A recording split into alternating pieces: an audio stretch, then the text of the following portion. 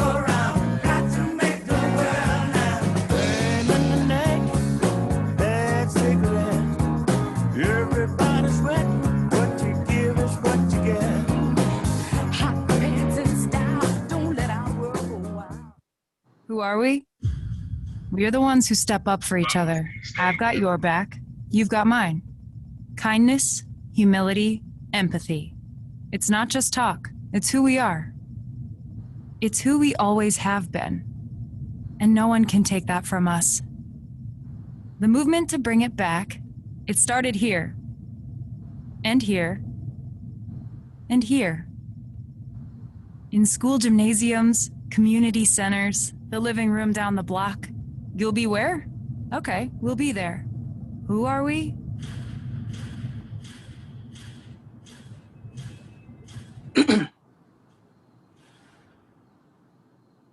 We're the movement that will beat Donald Trump. Welcome. We're going to have to sweat for it. We're going to have to sacrifice and fight. We're going to have to lead. Everyone is going to have to lead with kindness, humility, empathy, and not just talk, but action. Action today, action tomorrow. Action until we win. And we will win if we do this together. It's who we are. It's who we always have been. Now let's show them.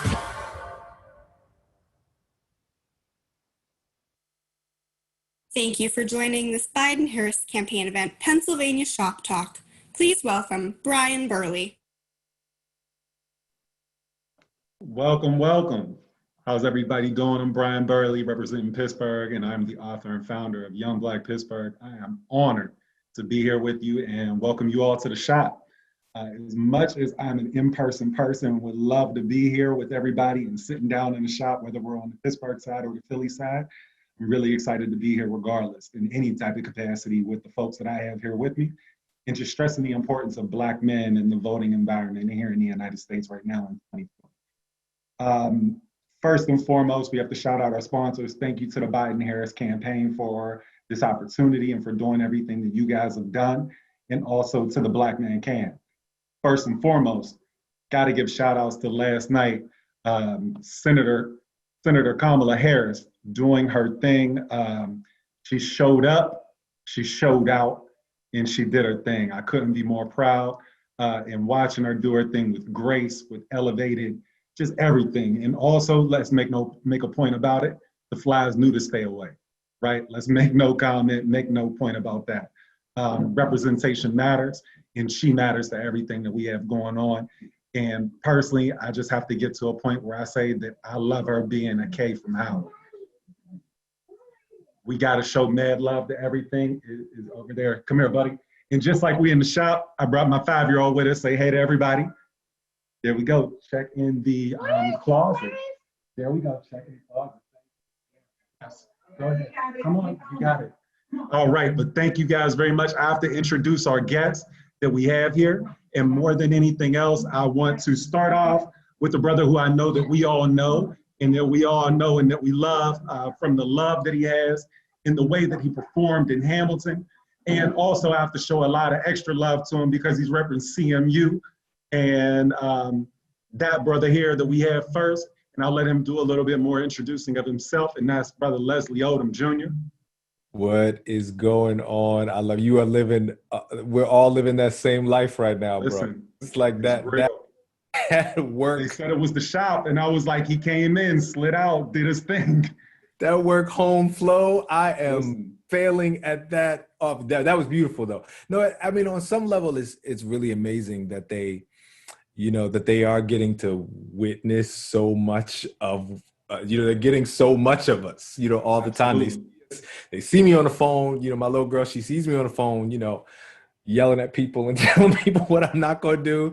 She's, in the same way that she sees me make breakfast for her in the morning. Right. Anyway, so that's beautiful. My name is Leslie Odom Jr. Grew up in Philadelphia, went to Carnegie Mellon. All my family's still in Philly, so Pennsylvania is very important to me. My formative years were spent in Pennsylvania. Everything that I've been able to build in the years that since really leaving Pennsylvania, like after college, essentially, I owe to Philly and certainly to Pittsburgh, and that, you know, it just gave me my eye and my, you know, my formative training, but just like my taste too, what I think is good, the way I was raised, you know, the values that I was raised with, they were taught to me in the house, but then reinforced on the streets of Philadelphia. So I'm proud to stand here and have this discussion today with my brothers, who, you know, about someone who I think mirrors those same values in Joe Biden. Absolutely.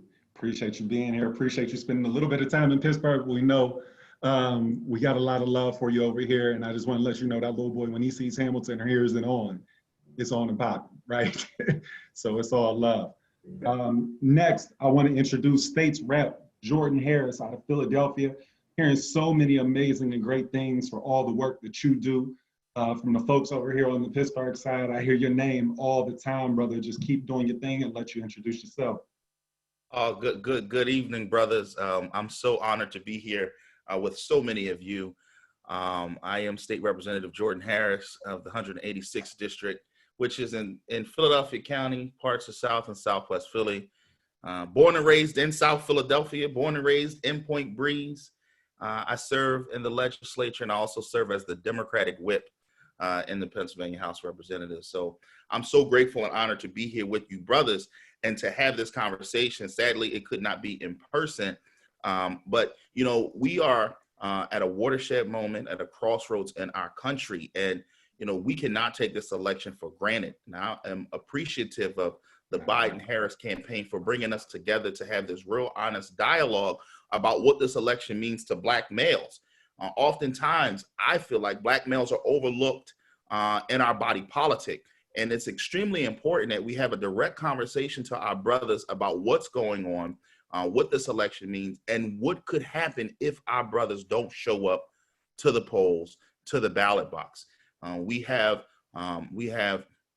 less than 30 days. Some states have already started early voting. I know we have in Pennsylvania. Right. So this is a timely conversation about why it's important to make sure that all of our brothers, and even that young brother that you have, which you knows the importance of voting. You know, it's so funny. I see you doing that. I remember when I was a kid and my mother took me to the ballot box with her, and I got to push the button. You know, it was a celebration when I turned 18 and I got to vote. So just wanted to be here, and I'm so glad to be here and grateful to be here with you brothers. Look forward to the dialogue.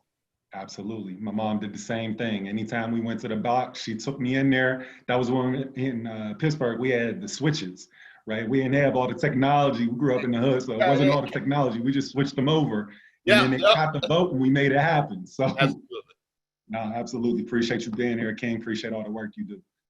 Next, we have, I told this brother before we got started, his music has been the soundtrack for me, and he's gotten me into and out of a lot of trouble.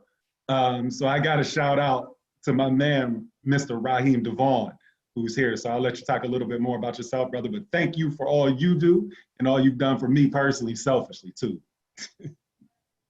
Thank you so much for having me tonight. I'm here, you know, as a recording artist, as a humanitarian out of Washington, D.C. area, born in Jersey originally, but, you know, pretty much everywhere I go, I celebrate the area that's supported me, you know, as much as they have to this date. And it's an honor to be here tonight to be able to speak, you know, not only on behalf of politics, but on the artist community as well. And, you know, the impact that we have as influencers musically and myself from a community aspect. Absolutely. Appreciate you being here. Like I said, appreciate all you do, all the music you make, everything that you mean to our entire community, even outside of the music and everything. We see you working and we appreciate you. Thank you. Next, I have Pastor Alan Waller, who I'll say this, it's also come to my attention when we were promoting this in the pre-promotion for everything that we're doing. you graciously, you welcome us Pittsburgh Steelers fans into your house and show mad love for us when we over in Philly. So we appreciate you, sir. We'll talk a little bit more about yourself, but appreciate you and love the hat too. Thank you, man. Listen, I am so honored to be, I guess I'm going to be the old head on this panel, and I bless God for that. You there in Pittsburgh. I used to be in Pittsburgh. There we go. My first church was out in Donora, First Baptist Church of Donora. And so my children were born in Monongahela Hospital. Okay. And I spent time there. My good friend Billy Curtis is there in the city. Yes, sir. That's my pastor. And, Shout my out to mother Pastor. is from, amen. My mother and father, my father and my grandfather pastored out in Rankin. So Pittsburgh is my town, and I've been here in Philly for 26 years. And so I am grateful to just be a part of this conversation. It is critical that we show up. Everybody knows the reality of 2016. The presidential election was settled by 44,000 votes, yet there were 240,000 registered Black people who just didn't show up to the polls. The reality is whatever we want to happen in Pennsylvania can be shaped by Philly and Pittsburgh with just a matter of our will. And Black men are at the center of that. And so I'm grateful to be in the conversation. I honor the fact that Jordan is holding it down on the state level, and we look forward to even more things happening with him. So I'm just grateful to be here, be a part of the conversation, and be a part of the solution. Appreciate you, sir. And like we say, appreciate all you do for us and just keeping us grounded even during these crazy times. We'll talk more about that moving forward too. All right. And last but certainly not least, I told this brother before we got started too, I've been a fan of his since Romello and Sugar Hill. And I might be dating myself a little bit with that, but I probably watched Sugar Hill before I should have based on my age. And that's my man, Mr. Dule Hill. Dule, tell him a little bit about yourself too, brother. What's happening, everybody? I'm glad to be here. Honored to be here amongst these brilliant minds, talented artists, engaged citizens. You know, I do a show called The West Wing, and one of the quotes from there, it says, decisions are made by those who show up. And I truly believe that right now, society is coming against us, coming against our minds, coming against our beings, trying to get us to check out and not be engaged, to not be active in the process of what's going on. And I truly believe that at this time, at this crossroads that we're at, that we really need to stand up and be counted. We need to let our voice be heard. We have to step into the fullness of who we are and say, you know what, I am a man, I'm here, I exist, and you will acknowledge my presence. And I think that one of the ways for us to do that is by getting out the vote. I think one of the ways for us to do that is by exercising our power at the ballot box. I think too many folks have gone before us and have shed too much blood, have gone through too much pain, have climbed too many mountains just to give us the opportunity to cast that vote. So we should not let anybody, any power out there, any being out there, any system out there take that power away from us. And that's why I'm here. I'm here to really just try to hopefully add my 2 cents and get folks engaged, get folks to say, you know what, let me do a little so that we can make a big change in the world around us. I hail from New Jersey, so I got mad love for Philly and all that. So the East Coast is my thing. So I got much love for everybody over there. But I'm looking forward to being a part of this conversation right here and see if hopefully we can just move the ball down the field just a little bit further than it already is. Yeah. Listen, man, we appreciate you being here. Appreciate all you do, and even going back to the West Wing, man. We have you not there in real life right now. This is crazy. I'm younger, right? The first election I voted in was in 2008 with our president. But at the same time, just seeing everything that's going on, I'm sure we need a little bit more services and a little bit more help for you if you was in the West Wing now. I mean, I think one thing that I appreciate about that time and even that show, it really challenged folks to think beyond themselves. It challenged folks to think about, how can I be of service to you? How can I help you? How can I help my brother? How can I give more of myself to uplift all those around us? And I somewhere along the way, we've lost it. I mean, I think our President Obama really carried that same sentiment of looking to our neighbor and seeing what we can do. And somewhere along the way, we have lost it. But I have confidence that it's not gone for good. I have confidence that if we make the right choice at this point, at this crucial crossroads, we can bring that back and kind of straighten the course of where our nation is going. Absolutely. And personally, I I hate when people talk about life or death situations, but at the same time, you know, if you can't see the lack of protection of us as a people, right? Whether it's Black men, Black women, us as a people, as Black people as a whole, Black children, right? Right now, there's never been a more important time for us as Black men to show up and protect our community and show up and show out in the best ways humanly possible. And one of those ways is by voting. I completely agree. Like, one of the things that I see is that I truly feel that our existence is not being honored. I feel like historically it's been that way, but right now it seems like it's really coming to a crescendo where our existence as beings, as men, as Black people, as Black women, as the fullness of who we are is not being honored. And we have to do something. We have to do something. I think one of the most powerful things we can do is cast that vote. I mean, I don't know if we can say it, but for me, it's kind of like a good fuck you to the systems that sorry, Reverend. I don't mean it. You know what I'm saying? Meanwhile, I just jumped right in the wrong direction, right? Like straight up, yeah, I agree, right? Like I done took it the wrong direction. My bad. That's me as a panelist and as moderator. That you know. But no, I think that goes back to your point though too, bro. Like, you know, when you talk about your existence not being acknowledged, right? Well, there's a lot of us in this country. What better way to stand up and stand out, right? Not stand by and stand down, right? Like that was also the wildest thing I've heard in my life. I feel like I say that every week and it's always topped by what's said the next week.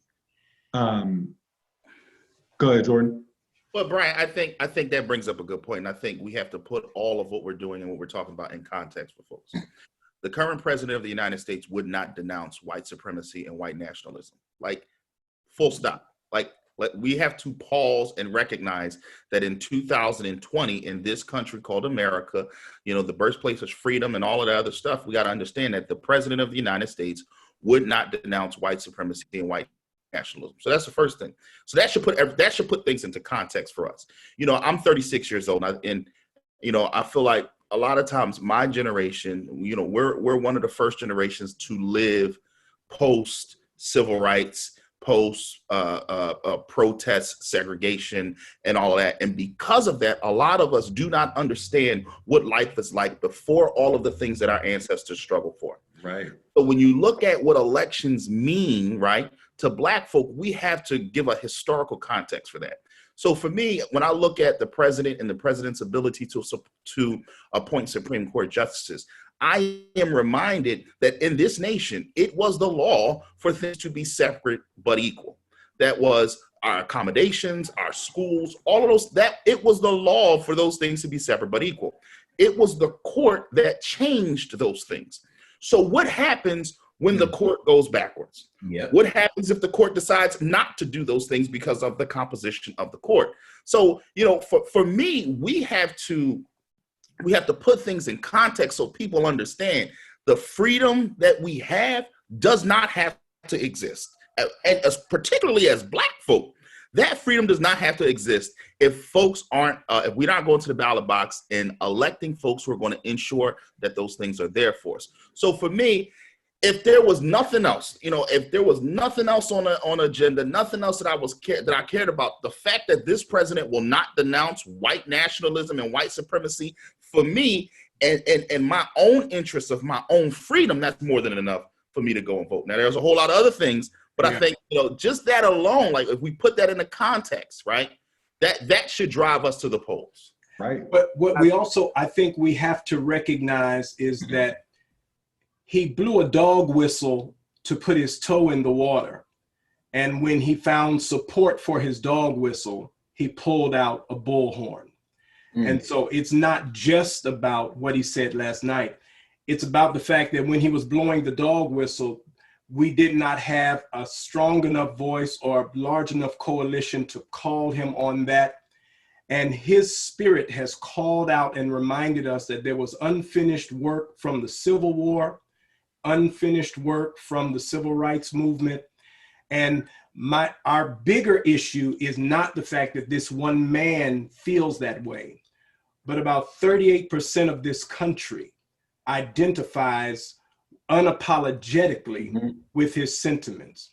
And if that was ever a time that we need, number one, to go out and vote, but number two, recognize the need for us as Black men to come together ourselves and recognize that there is a part of this country that does not want us to exist, and we cannot participate or be complicit in their attempt at our demise. So not only do we need to vote, we've got to start talking about how do we just support each other and help each other raise the consciousness of the significance of who we are as a people, Black Lives Matter, but also who we are particularly as Black men, because he's gotten away with telling people you can disrespect us and get away with it. Yeah, The reality here, is, and then I'm gonna jump, Raheem. I want to throw it over to you too, but yeah, like I'll be honest, I feel attacked when he talks. Period. Like, I mean, the point of like, hey, stand down and stand. Like, I feel attacked. You know what I mean? Like that makes me feel uncomfortable. That makes me feel like I need to, like it makes me feel uncomfortable, right? So, Raheem, one of the things that we talked about, and like we said in the very beginning, you make music for us. Right? For Black men to talk our way through emotions we may not have necessarily processed the way that we might want to yet. How do we mobilize this moment and allow us to kind of come together and get more of us to the polls and really, you know, mobilize us, right? How do we take up? I think it's already underway. I mean, to be clear, we're in the new millennial civil rights movement again. No question. Let's be very clear about that. Yep. The clock has been somewhat set back. Pastor just said what is 38%, and that's the 38% that where the mask is unveiled. You know, in this country, you have to also look at the fact that the systemic racism that we're fighting, it didn't start here in this country. It started overseas, right? So I think the fact that, having social media and these different platforms, having the technology that we had, has been able to put them, and having this time to be able to stand still, yet alone we're in the middle of a pandemic, a global pandemic. It's put a magnifying glass on the issues that we deal with here in the country globally, there are a lot of freedoms that don't exist across the waters, as a world traveler that I've been able to see and experience. You talk about Russia, where even down to the entertainment, to the culture and the messaging of what artists talk about, they're censored, or, are very limited to where they can perform. And it's been like that for some time. And, who we appoint in terms of leadership for this nation we're at the tipping point where it's going to dictate what laws and policies that we obviously know that need to be changed. That some things need to be rewritten, some things need to be revisited, including our Constitution. You know what I mean? Because it wasn't designed for us. This country wasn't designed for us to prosper and to have the success that we've had across the gamut, whether you're talking in politics, whether you're talking as an athlete, entertainers, what have you. So we have to. It's a very critical time in terms of the messaging. For if you're an artist, you don't have to be Raheem Devaughn to start a movement right now, or to exercise your voice. But this is definitely a time where we got to mobilize and use every opportunity in front of us to encourage our brothers and our sisters to get to the poll. All right, Leslie, I saw you wanted to jump in on that too. Was that? I just wanted to say a couple things. Somebody put this really astute observation. I mean, we have to call it what it is. This is the first, Twitter troll that we've had as president. And what he was able to do, he really was able to start a movement, really galvanizing the algorithms, and there was a chink in the system. He found a little chink in the system, and they pumped social media full of disinformation and lies and entertainment, and he really was able to galvanize a spirit of unity all the while, you know, it's a hateful spirit. They're unified in a hatefulness, mostly. But in the same way that you can coast to the highest office of the land on hope and change, you can coast to the highest office on the land by drumming up, you know, anger and fear and a mean spiritedness. You know, you can find support in that too. And this guy has shown us again and again that he appeals to the basest, most the worst of us, the worst instincts that we have as human beings. That's what he appeals to, you know, down to we are the governor today, this woman, the governor of Michigan, this woman who, you know, ran to serve. You know, politicians, by the way, are supposed to be public servants. They are public servants to us. What about this man feels in any way like a servant to you or me, to, you know, to the voting public? But, you know, this woman, you know, there was a plot that the FBI uncovered by white nationalist terrorist movement, you know, to kidnap her, to blow up the bridge on the way to her house so that the police couldn't get to her. You know, and this woman has children. God only knows what would have happened to those children. This was their plan. They have, you know, they got somebody to infiltrate them who wore a wire. You know, all this stuff is going to come out. But you look at those mugshots. What do they look like? You look at, I'm sure it won't be difficult to find out what are some of the rallies they've gone to recently. Mm-hmm. Who have they chosen to be their leader? Whether that, could you imagine somebody doing something like that in your name? How much of that would you stand for? This person, you have to really look at yourself in the mirror when your campaign slogan, when a hat you've created, I suppose it could happen to almost anyone, but when something that you've created becomes synonymous with hatred, with, you know, when a campaign slogan becomes, you know, a swastika, you know, you got to really look at yourself. I'm gonna stop talking for a second. No, I got where you were going. That makes perfect. I mean, it, you know, you made a great point, and I think I'm gonna tie it up when I say this. Fear is literally, and I didn't realize this until Donald Trump, right? And I think we haven't seen it at this level or at this volume. Fear has an equal and opposite reaction, and has the same reaction as hope had, right? Like literally, it touched the polar opposite of the core. That's right. Right, and I'll be honest, I didn't know that, right? I don't think many of us knew that, right? And coming out of a time where we had so much hope to now where, you know, and Pastor Waller, I'm gonna throw it over to you with this as well. You know, during a time where we're dealing with literally a global pandemic that has us, you know, staying away from each other, right? And I don't know about y'all, but you know, I love Zoom calls for this, and I love seeing these types of faces on Zoom calls, but I'm tired of them. I miss people. I'm sick of masks, but we got to wear them, and I'm down with them because it's going to save people, and we're going to keep ourselves and our families safe because of them. But, you know, how are we dealing with, and Pastor Waller, you being a man of the faith, how are we dealing with faith during this time of COVID and also dealing with Black male mental health, right? Because mistake, we're in a different type of position in this world and in this country. And so how have you been really guiding some of your folks in order to be able to, you know, manufacture more faith and deal with it in a time where, you know, the places where we went to build faith were social gathering spaces? Right.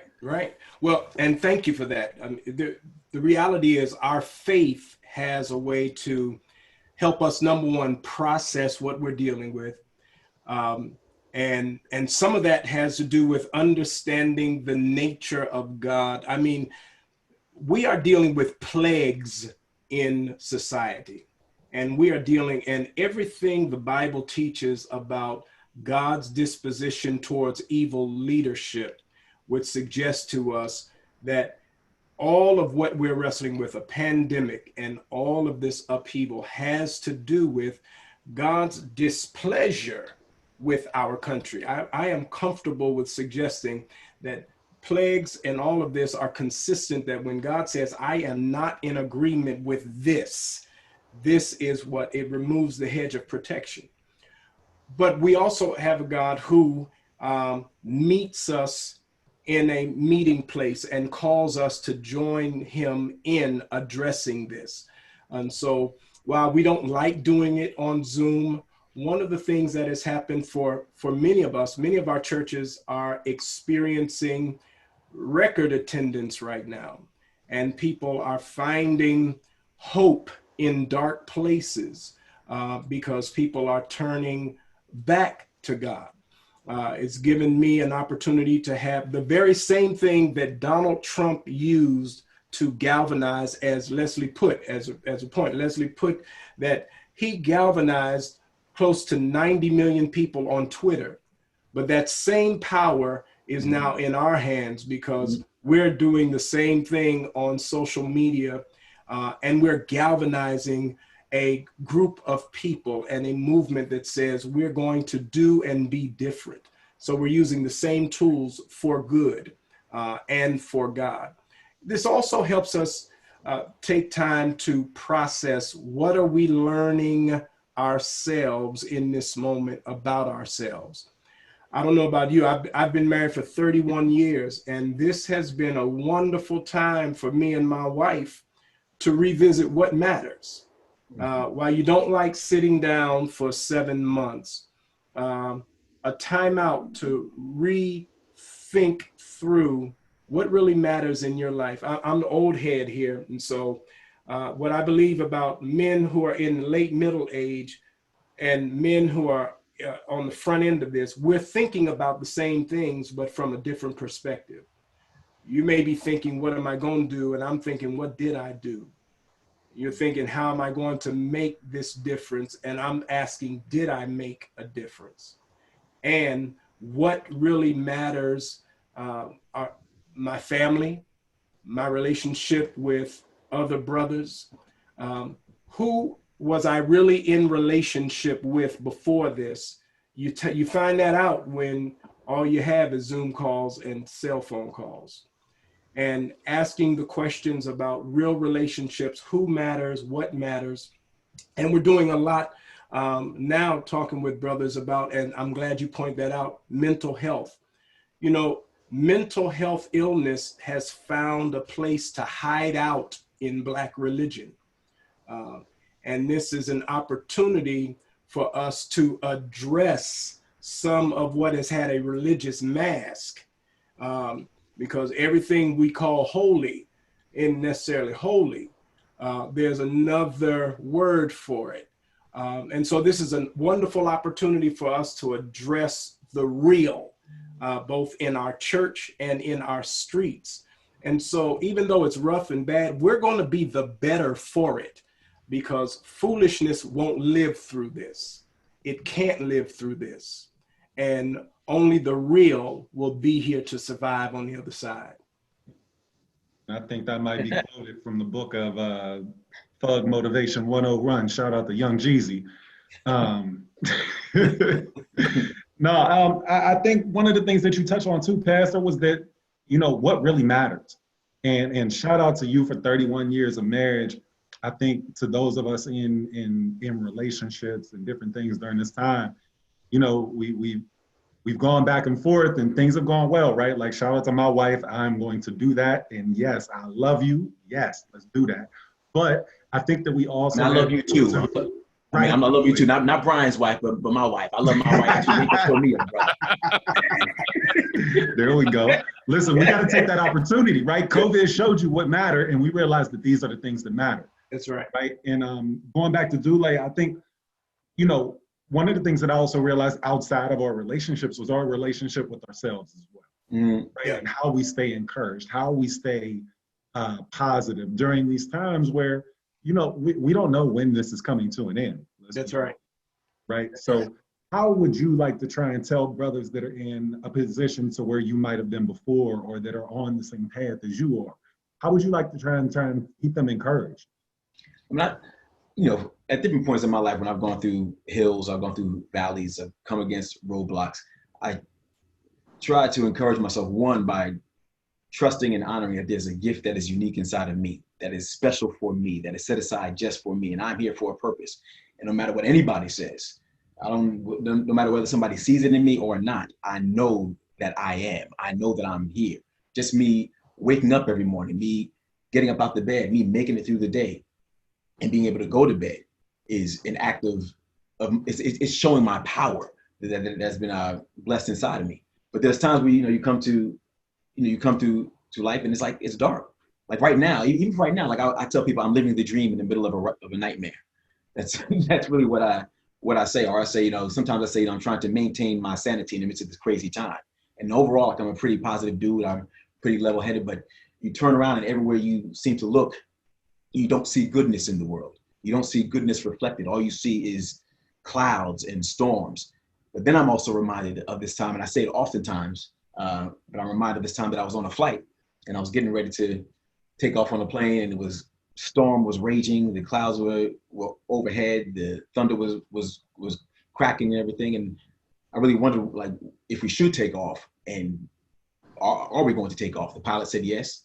We ended up going down the runway. The rain was still going. We took off in the air. The wind started blowing. The plane was shaking around.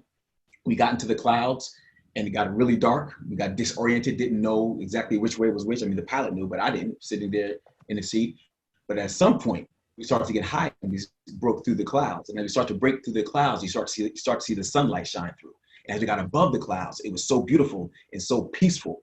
And I said, wow, look at this. I said, when we were on the ground and the storms were raging, we did not realize that the sun was shining the way it is. I said, if we can only remember that as we're going through different trials through life, can we only remember that just beyond the storm clouds, the sun is always shining. As if I can just take one more step, if I could just raise my spirit a little higher, if I could press forward a little longer, I will get to the sunshine. And that's something that I try to remind myself. And that's something I offer, my brothers and sisters out there, is always know that in the middle of your life, no matter what's going on, the sun is always shining on you and for you. The sun is always there. The gift is always shining in you and through you. So step up, let your voice be heard, let your light shine, press on through, keep stepping forward and have this and find the strength to just make one more step. And that one more step, it could be the step that gets you to the peaking where you can see the sunlight starting to shine through in your life. The other thing that I say oftentimes is, if I get to a mountain and I try to move a mountain, I've tried to move this big wall, there's no way that I can do it. It's overwhelming to me. It's too much for me. Just the thought of trying to get through some task in life seemed too daunting for me. However, I can pick up a stone. Picking up a stone is no big deal for me. I can definitely pick up a stone. Now, if I can pick up a stone, and then Brian, I can ask you to pick up a stone, and then Leslie, I say, can you pick up a stone? Raheem, can you pick up a stone? Representative Harris, can you pick up a stone? Reverend Waller, can you pick up a stone? If we can, and then you walk and ask other people to pick up a stone. If we can collectively pick up stones, then we can move a mountain. If I can get 1 billion people to move 1 billion stones, then we can move a mountain. If I can get 1 million people to move 1 million stones, then we can move a mountain. And I take that for me to say, look around, let me look around and see who's willing to help me. Let me see who's willing to help me, and let me see who I can be of help to. Because if we stay together as a community, we can support each other, we can encourage each other, and we can move on forward. And those are two of the things that I try to. Got me ready to run through a wall. And here's the last thing I do want to say, kind of jumping off of what Leslie said and even what Reverend Wallace said. With Trump, he using this, this dog whistle and in turn to picking up a bullhorn, or Reverend Wallace saying how he used the same technology to create, like I'm paraphrasing, but like a movement of hate. What I do think that we need, though, and this is where we can use our power, is to say, who do we want in that position? Who do we want in that position to have that bullhorn? Who do we want in that position to be able to swing that bat? And for me, like when I think back to Joe Biden's speech the other day, saying, at Gettysburg, saying that hate has no license here in America, that we will give it no oxygen. We'll give it no room to breathe. We'll give it no license. I'm like, this is where we can exercise our power. This is where we can pick up our stone and say, who are we going to place the stone, our stone, in whose hand are we going to do it? Are we going to give it to our current quote unquote leader? Or are we going to give it to a team in Joe Biden and Kamala Harris that is not going to allow that type of hate, that type of breath of what's the word? For lack of better words, that type of hate to find room to breathe in our society. We need to exercise ourselves to make a difference in that way. And that little bit of difference that we do can go a very long way. Listen, if it was Sunday or Saturday or whatever day they play football on now because of COVID, I'd be ready to go tackle somebody, run, throw a touchdown. You got me ready with all that motivation, brother, for real. Like that was, I'm sitting here thinking about mountains and stones, and I got everything right. It's like, we have to do it. We have to you're do right. it. Mm-hmm. And that's the thing, you're 1,000% right, too. It is life or death for us. You know, we think like that's no big deal, but it's life or death. And I think about, you know, your son just came in. My daughter and my son is inside this house. I would do anything for them. I would do anything for them. The least that I can do is vote. The least that I can do. I would do anything for my brother, for my mother, for my wife, for my daughter, for my grandmother, for my aunts.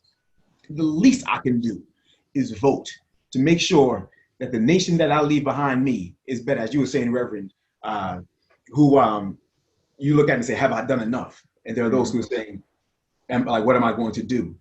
The least I can do, we should all be able to say, we voted. We picked up our baton. Yeah, we picked up our baton. November 3rd is really, it's just the beginning. There's, you know, Brother Joe Biden, Sister Kamala Harris, they're not a panacea. They're not gonna, you know, they're not gonna fix society's ills. We have a lot of work to do, right? Mm-hmm. But Davis said it best. I saw somebody make a really astute observation. You know, I love Twitter as a platform. I hope we've seen the worst that it can do. I hope, but you know, I love the platform, you know? So I heard somebody sister make a really astute observation on Twitter that I'll pass on to my brothers. She said, Angela Davis is voting for Joe Biden. What do you know that she doesn't? Listen, the level of shout out to Angela Davis, the level of, listen.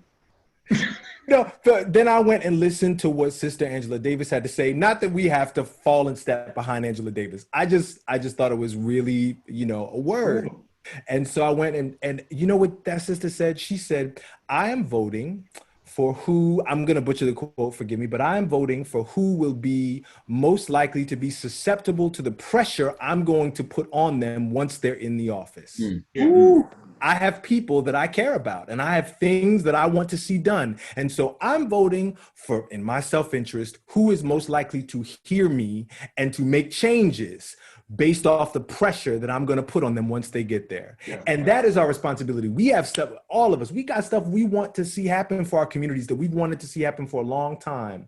And so again, the work doesn't stop once they get in office. Then we build those coalitions like the Reverend was talking about. Yes, we ask for our meetings. We elect, it's you know, what Representative Harris, you know, we make sure that we're electing people on the local level and on the national level that can go and represent our interests. And, you know, when they don't, we call them to task. We send them home, you know, but that's what I'm voting for, the person who I think is going to be susceptible to pressure. But I think we also have to understand that the elections are also about power, because this is a government. You know, this is about who has power and what they can do with that power. And one of the things that I try to tell people all the time is that there's going to be a president. There will be members of Congress in the House and the Senate. There will be governors and state reps and state senators and members of council on local government. The question is, will you have an opportunity, or will you use your opportunity to let your voice be heard on who those folks are going to be? Because here's what we got to understand. The other folks who hate us, who showed up to those ralies, who had those tiki torches, they going to vote. They are going to vote. So sometimes we got to get out of the emotion. Like we have to vote our interests and not with our emotions. And a lot of times, you know, we're wishy-washy on that thing. But like we got to understand, like this is a battle, where I think Joe talks about as the soul of our nation. But like that's real. But for us as Black men, it's even more tangible. Like this could be a vote about our freedom. Yep.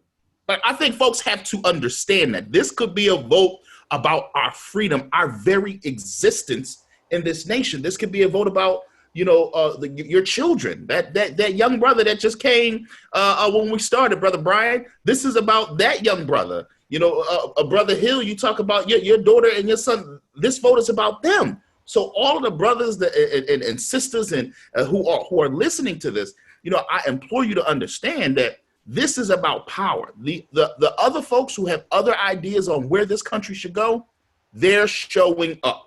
Yep. We have to do the same thing. We got to be there. We got to let our voice be heard. But then I'm with you, Leslie, because after we vote, that's the beginning. The vote is the beginning. Then we have to stay engaged and let those elected officials know. Elected officials like me, you got to call me and let me know what you want. You got to send me an email, a tweet, a message on Instagram, and let me know. So we've missed it. We think that the election is no. That's just the start. It's called your government. It's called accountability. Absolutely. It's called accountability, and it's something that we're going to have to take charge of.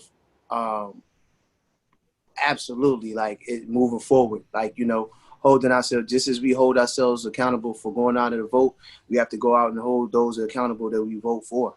Yeah. Again, because there's a lot of policies and laws, not just on a national level, but on a local level that have to be changed. And we have to make sure that we're paying attention to what's happening locally in our communities as well, on the state level, county level, when you strip me down, when you take away all of us, our different fames, accolades, and titles. One thing we have in common on this call, in this virtual barbershop, is that we are all Black men who get that post-traumatic stress when you see those red and blue lights in your mirror, or there's certain things that go out the window, and time again we are blatantly being disrespected and shown by a percentage of the country their views, that good old boy mentality, and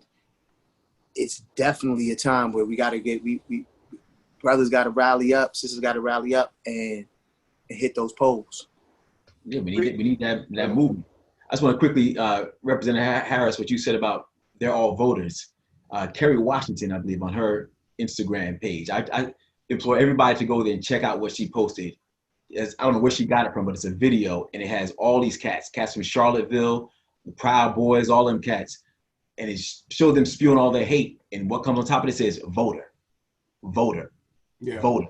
And we need to counterbalance that. We need to actually overcome that with our power and our collective group saying, you know what, we're voters too, and our vote is going to, outnumber your votes. Yeah, I think. So how do we? That gets us back to the question. And Pastor, I'll throw this to you too with it.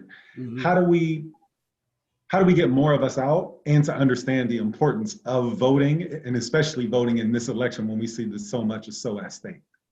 Well, I think two things. Number one, Leslie, I'm gonna come to you too.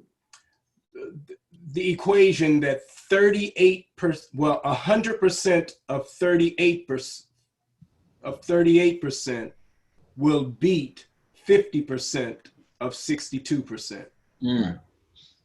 All of them showing up, even though there's not as many of them as us, will beat half of us showing up.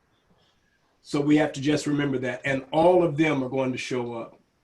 Number two, we have to start acting like owners and not renters. This is my country. I belong here. This is my land. That's my flag. This is my house. This is my government, and it's yours. They don't want it to be. President Roosevelt once said, was quoted as saying, "This is our country. Others are here because of suffrage." And what he meant was, this country belongs to white men. We just let others in because we're nice. What is being threatened for them is that this no longer belongs to them, and it doesn't. This country does not belong simply to white men who are landowners. This country also belongs to us, but we have to honestly believe that. I belong here. I'm not stealing anything to be here. You're not stealing anything to be successful. You're not stealing anything to be famous. You're not stealing anything to be at the state level. I'm not stealing anything to have had a wonderful experience in Philadelphia. And we don't need to apologize for being Black and excellent. Mhm. And we do not need to view ourselves as exceptional or different. There's a bunch of us just like us. And we have to remind them and remind people we exist, and this is our country. We exist, and this is our time. And really act like an owner and not a renter. And I think if we do that, the work will begin on November the 4th. Because what Donald Trump also has not done is fill the government. The reality is when Joe Biden gets in there, he's going to need to fill the rest of government. He's going to need to appoint people to positions, and we're going to need to tell him who to appoint. He's going to need to fill up the government, and we're going to need to be ready to be a part of that so we can prepare for when Kamala's the president and we go forward. Come on, man. That's the point. I know we out of time soon, right, Brian? Yeah, we closing up. Yeah, Give me a second. You say what you got to say, and then we'll bring it all back around for everybody. Because in case anybody else wants to say something, you said how. I think two things. Again, Twitter president, we saw a movement. Barack used social media in a way that we'd never seen before, and then following him, we saw somebody use social media, quite frankly, the way we'd never seen it used before.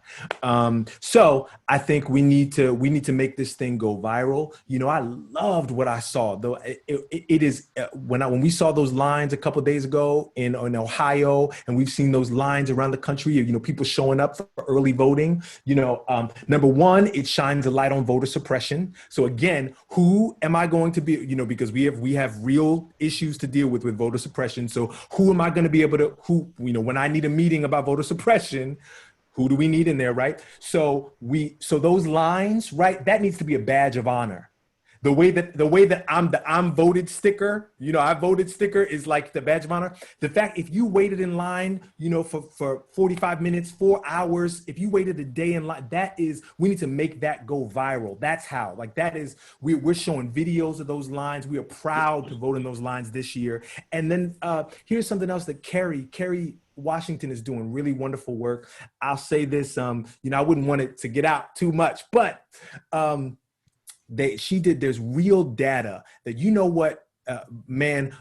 a celebrity endorsement for a candidate means very little at the end of the day. It sometimes costs people votes, believe it or not, because it can make people sit back. It can make people feel like they don't have to do anything because Dule's got it and Raheem's got it. And so what do I have to do, right? Nothing beats. You want to know the best way to get somebody to go to the polls? A call or a text from a family member. So if you're going to go to the polls this year, bring somebody with you, make it an event, make it text your people, let them know that you're going let them know who you're voting for. It's not about, it's not even always, the data shows it's not even always about telling people who to vote for. We have to trust people. We have to trust this process. And, America's going to do what America's going to do. We're Black men. Listen, we're not going to save the soul of America by ourselves. She's going to do what she's going to do. But we want people out at the polls. We want people to be heard. And text or call a family member this year and bring them to the polls with you. Raheem, you look like you got something. I see you.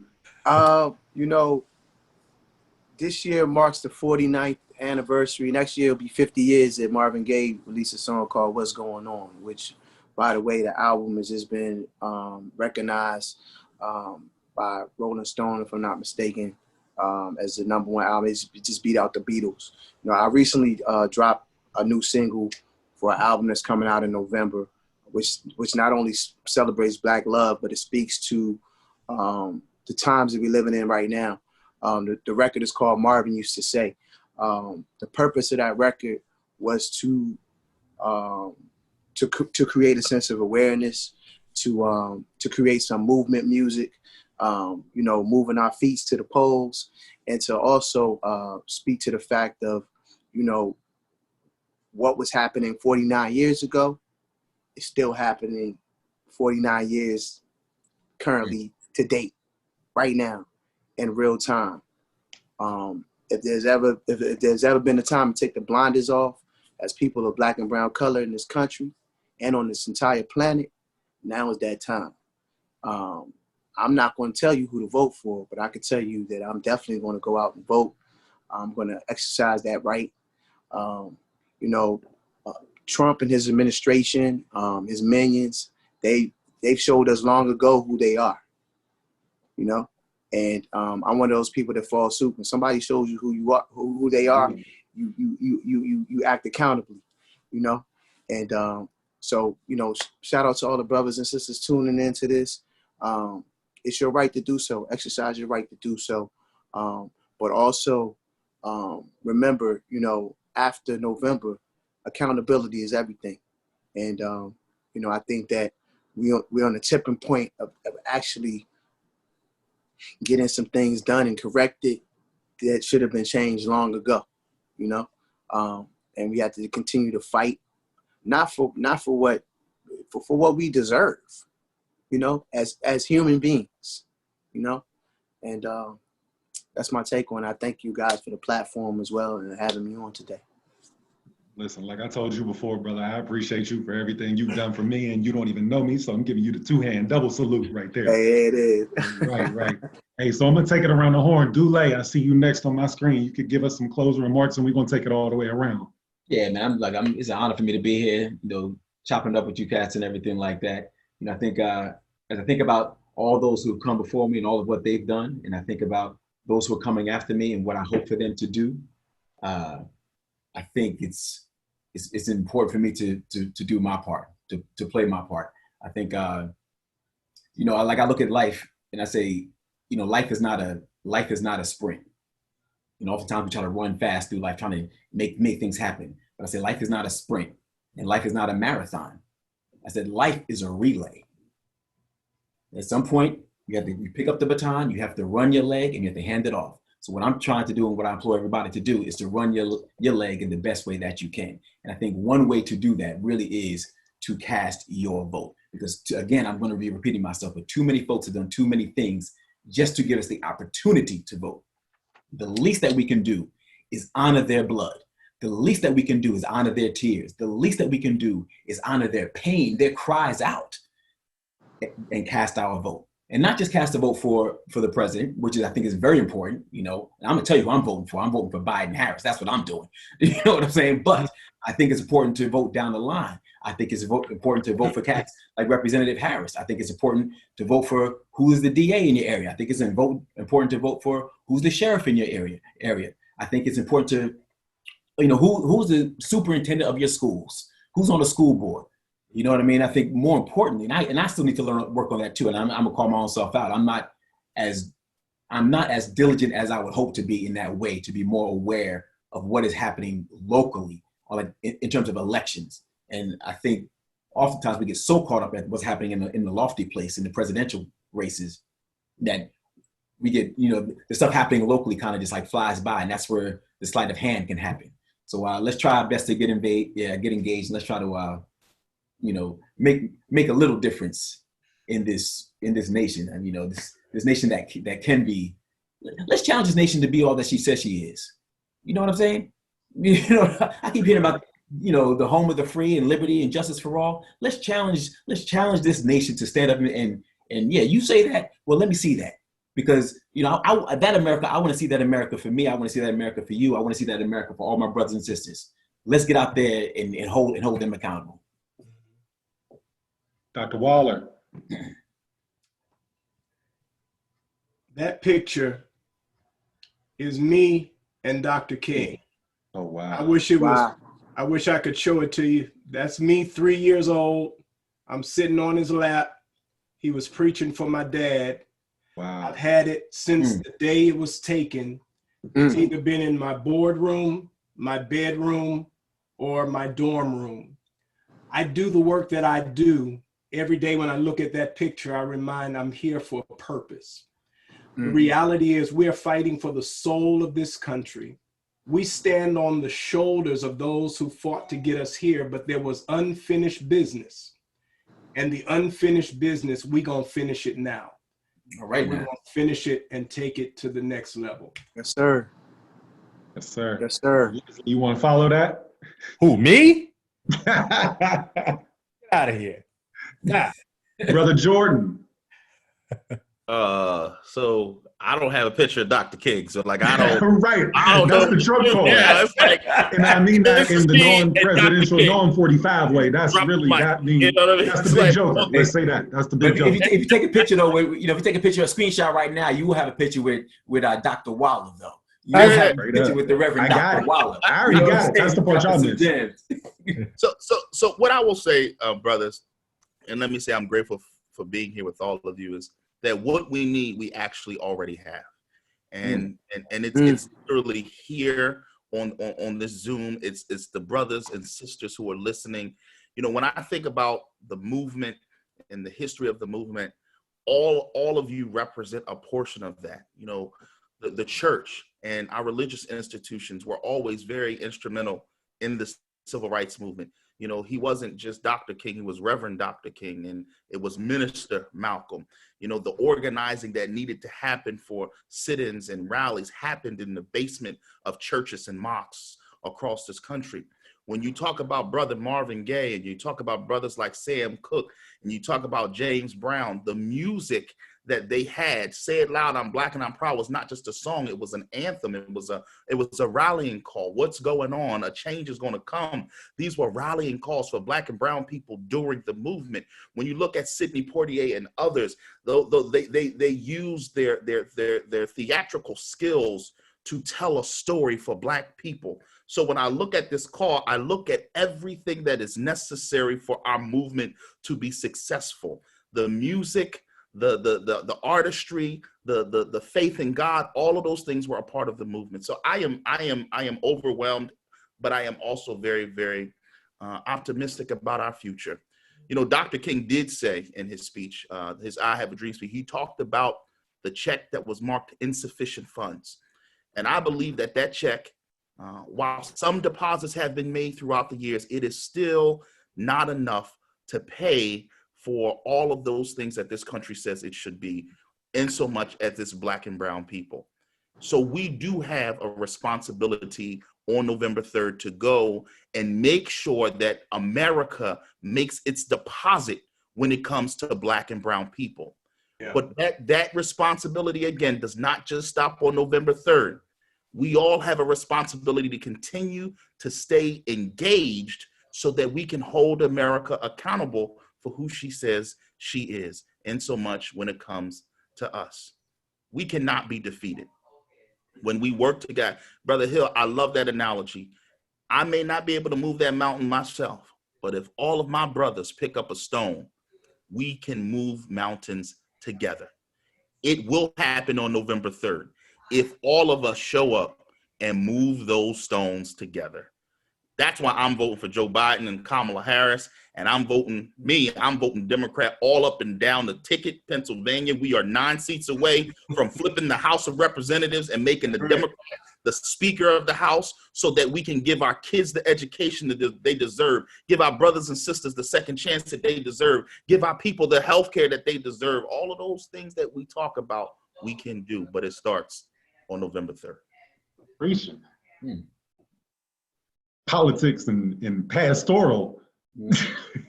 Reverend Representative. That's that's Representative Jordan Harris. Don't do it. You gotta put a little bit on it. That's blue right there. That's blue right there. That's right. Go mom. That's right. Amen. I'm gonna hold on to what Dr. remarks? Waller said, though. I like that unfinished business, man. Straight up. Reverend, yeah, unfinished business. And that's the truth of where we are right now. That's it. Let's do our part to finish it. Yes, sir. Leslie, you have any closing remarks? Brothers, I really don't. This has been so wonderful, edifying to my spirit. I also have hope, and I'm so excited to see what we gonna do. That's it. Leslie, why don't you take us out with a song? No, I'm just playing. He was about to do it. You said I'm just playing. He was going to do it. I saw it. He was like, "Oh, since you asked, we're going to rap." He was going to rap. Right. Leslie was going to rap. Well, listen, man, I am honored to be on this with you guys. You know, Dr. Waller, I thought that picture, that tied everything up in the statement of unfinished business, right? Let's make no mistake about this, right? This is a call where we are talking about the campaign for Joe Biden and Kamala Harris. But at the same time, also, we have to understand and acknowledge that we are in a global pandemic, and a pandemic that is disproportionately touched our country and our community. Yeah. Right. My man who moved to Pittsburgh from Brooklyn, if the world was open, would have gone to 16 funerals from his neighborhood from COVID. 16, right? That's a falter of leadership. That's right. That's right. That is a falter of leadership. That is a falter of leadership that does not care about my identity, my Black skin, my son's life, my wife's life. That is not what we need moving forward. As Black men, I want to look directly in my camera and say, we need you to come out and vote. Right. On top of that, I think back to 2012 when, you know, when Jeezy and Jay-Z dropped "My President is Black," and my president might not be Black in 2020, but my vice president is an AKA from Howard, amongst all of her other titles that she carries with her. But as Black men, we have to know that Black love is revolutionary. Black voting is also revolutionary, right? So if you term yourself as a Black man who is revolutionary, who is about doing things that are going to affect our world, voting is one of those major first things that we need to make sure that we do. That's right. That is not only an obligation to our country, that's an obligation to our community. If we are going to be the ones that are the protectors of our community, the protectors of our women, the protectors of our children, the protectors of our community, vote. This is the world we live in. Let's make sure that we do everything that we need to do. And brothers, I really appreciate you guys from the bottom of my heart, honestly. I'm going to bring in Brother Trey Baker from the campaign to close us out. But, you know, y'all have been amazing. I appreciate all you guys do. Yeah, thank you very much. I appreciate y'all. So, stay down. So Brian, you the man, and I heard all this Sigma talk going on in this barbershop. So the noobs had to come in here right quick. Tell them one time. There we go. Party down. You know, like I'm gonna step in the barbershop with the nonsense, right?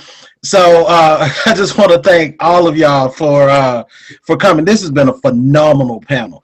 When I think about how we're going to utilize these clips afterwards, you know, not only the people who are watching right now, but, you know, going forward in this campaign, the things y'all have said today have just been phenomenal. So I do want to thank you all for being a part of this. And so here's the deal, y'all. 26 days. It's 25. We're at the end of this one. So let's say 25 days. And this is what we have left. So how can you get involved? The first thing I need everybody watching to do is to go to iwillvote.com. Make sure you go to iwillvote.com to check your registration. You can check where you're supposed to vote, your voting precinct, all the information you need to know. Go to iwillvote.com and you can get squared away. The next thing I need you to do is to pull out your phones, and I need you to text AFAM. That's AFAM to 30330. That's AFAM to 30330. And what that's going to do is that's going to put you on my listserv. And so you'll be able to hear from me and get the emails and do the whole nine and participate in everything that we're doing. Lastly, what we want you to do is participate in our programming going forward. This is actually just round one of Pennsylvania.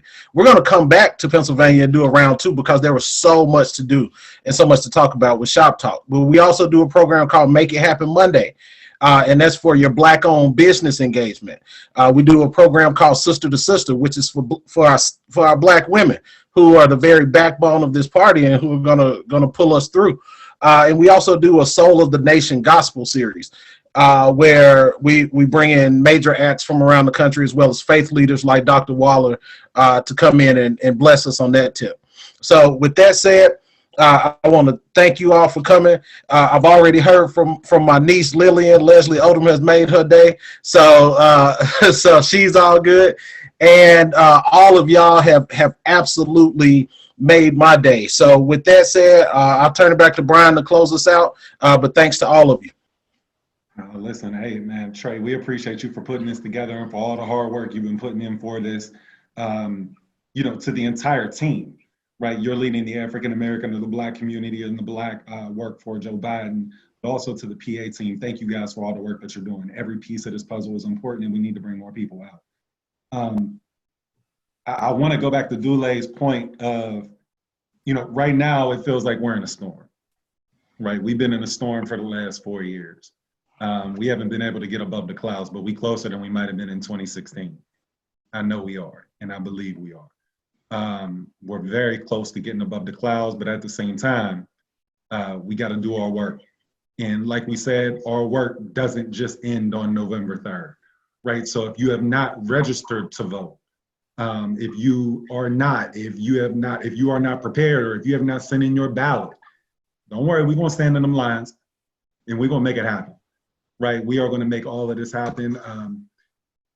One of the things that I talk about for Black men all the time as well too is, we can't fold. Our entire lives have been about us standing up and being strong and standing up for our communities. And right now is one of those never fold moments, right? So let's stand up and be the type of men and the leaders of our community that we can be.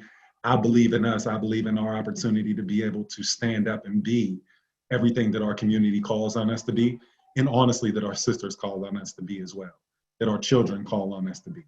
Let's get out, let's vote November 3rd, and then let's continue to do the work that we need to do from November 4th on. I appreciate you, brothers. I appreciate you, kings. I appreciate the community. Power. Let's keep it moving.